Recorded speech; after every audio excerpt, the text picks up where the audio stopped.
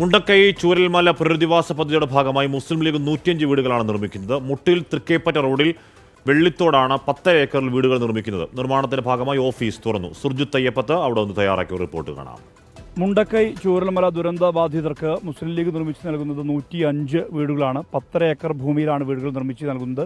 100 വീടുകളാണ് പാർട്ടി ഏറ്റിരുന്നത്. ഇപ്പോൾ 105 വീടുകളായിട്ടുണ്ട്. ആ 105 വീടുകൾക്കുള്ള സ്ഥലം ഞങ്ങൾ ഏറ്റെടുത്ത് കഴിഞ്ഞു. അതാണിപ്പോൾ ഇവിടെ നികത്തിക്കൊണ്ടിരിക്കുന്നത്.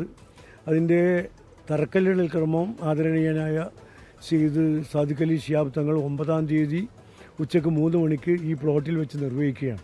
8 മാസം കൊണ്ട് പണി പൂർത്തിയാക്കി കൈമാറ്റം ചെയ്യണം എന്നാണ് പാർട്ടിയുടെ തീരുമാനം. സ്ഥലം കിട്ടാൻ വേണ്ടി ഗവൺമെൻറ്റിനെ വെയിറ്റ് ചെയ്തുകൊണ്ടാണ് താമസമുണ്ടായത്. ഞങ്ങളെ സംബന്ധിച്ചിടത്തോളം ഒരു ദിവസം പോലും താമസിപ്പിക്കേണ്ട ആവശ്യമില്ല.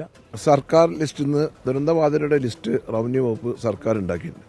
ആ ലിസ്റ്റിൽ നിന്നാണ് നമ്മൾ എടുക്കുന്നത്. സർക്കാരിൽ വീട് എടുക്കുന്ന ആളുകൾക്ക് നമ്മളിവിടെ വീട് കൊടുക്കില്ല. സർക്കാരിൽ വീട് വേണ്ടാത്ത ആളുകളുണ്ടെങ്കിൽ അതിൽ ദുരന്തബാധിതരാണെങ്കിൽ അർഹരായ ആൾക്കാരെ സ്ക്രൂട്ടിനി ചെയ്തിട്ട് അവരാണ് നമ്മൾ സെലക്ഷൻ നടത്തുന്നത്.